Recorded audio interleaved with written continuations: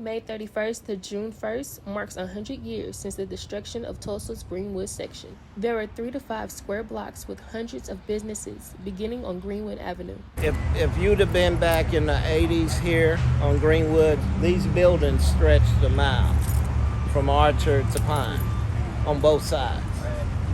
So when urban renewal came in and tore all this down, it was the beginning of major regentification.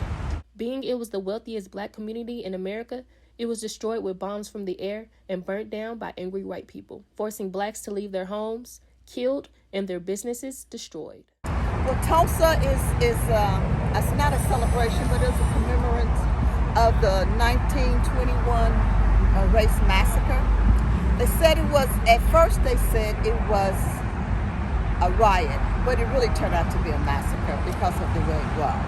In order to show representation of where the black businesses were during the massacre, they instilled brass plates in the ground to show where the businesses were located. They put the brass plates there to let people know what businesses was there at that time, and they are historical. Vernon Church right here, what you see, is historical.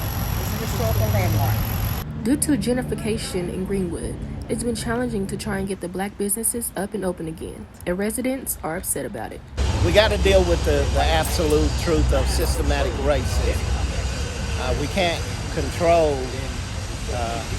people's opinions, but we can look at the narrative here and we can all agree that the black community is being pushed out, erased from its natural habitat. Today, Greenwood marks as a historical freedom colony in Tulsa, Oklahoma.